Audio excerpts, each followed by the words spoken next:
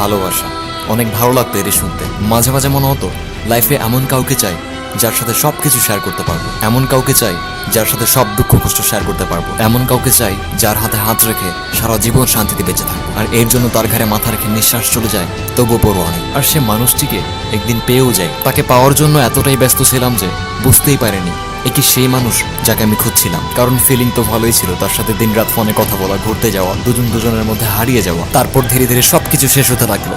যেখানে দুজনকে খুশি রাখার জন্য চেষ্টা করতাম, সেখানে আজ দুজনেই নিজের স্বার্থ নিয়ে ব্যস্ত। কেন? কারণ সময় তো অনেক চলে গিয়েছে। আর তখনই বুঝতে পেরেছি যাকে আমি খুঁজছিলাম এ সেই মানুষটি নয়। এ তো সেই মানুষটিই নয় যার সাথে অনেক স্বপ্ন দেখেছিলাম। এখানে তো শুধুমাত্র স্বার্থ বেঁচে আছে। তারপর একের পর এক ঝগড়া, মিস আন্ডারস্ট্যান্ডিং সবকিছু শেষ করে দিয়েছে। আর যখনই তোমার প্রয়োজন তার কাছে শেষ হয়ে গেল, ঠিক তখনই সব স্বপ্ন ভেঙে চুরমার করে দিয়ে তোমাকে একা করে দিয়ে গেল শুধুমাত্র দুইটি ওয়ার্ড, ইটস ওভার। আরে ও ইটস ওভার ওয়ালা ইংরেজি তো বুঝতে পারি না, কিন্তু এই কথাটা ঠিকই বুঝতে পারি যে তুমি চলে যাচ্ছ। এই দুইটি শব্দে সবকিছু নষ্ট করে দিয়েছো না, সবকিছু শেষ। চলে যাচ্ছ না, যাও। তোমার কাছে আমার ভালোবাসার ভিক্ষে চাইবো না, কারণ আমার ভেতরের ভালোবাসাটা এতটাও নিচু নয় যে তোমার কাছে ভিক্ষা চাইতে হবে। আর হ্যাঁ, তুমি আমাকে বলতে না যে তুমি আমাকে ভালোবাসো। আরে তুমি কি জানো ভালোবাসা কাকে বলে? ভালোবাসা আমি তো নয়, ভালোবাসা আমাদের হয়।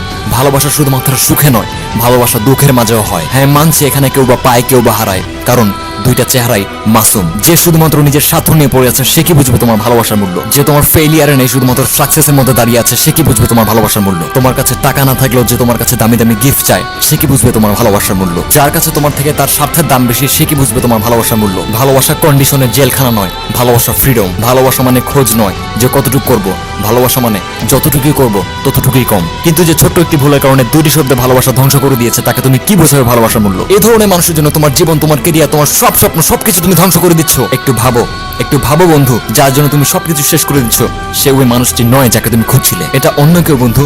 ডোন্ট ক্রাই ফর হিম, এর থেকে খুশি হয়ে যাও, কারণ একদিন তুমি তোমার ভালোবাসা মানুষটিকে ঠিকই খুঁজে পাবে। যে চলে গিয়েছে তাকে থ্যাংক ইউ বলো, কারণ সে যদি তোমার ভালোবাসার মূল্য বুঝতো তাহলে আজকে এরকম হতো না। তার এটাই মনে হতো যে সে একটি হীরাকে হারিয়েছে, যে তার জীবনকে আলোকিত করতে পারত, কিন্তু কোনো ব্যাপার নয়। তার কপালই খারাপ ছিল। আল্লাহ তাকে ভালো রাখো। আর আজকে থেকে তুমিও প্রতিজ্ঞা করো তার জন্য কখনো কাঁদবে না। আর তুমিও তোমার জীবনে এগিয়ে যাও। তোমার জীবন একটি ফুলের বাগানের মতো।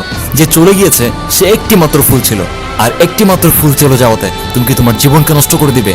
আস্ক ইয়োরসেলফ, চোখ খুলে দেখো, খোঁজার চেষ্টা করো। এই বাগানে এমন একটি ফুল আছে যে শুধু তোমাকেই খুঁজছে। এটা হতে পারে তোমার বাবা, যে তোমার জীবনের একটি ছায়া।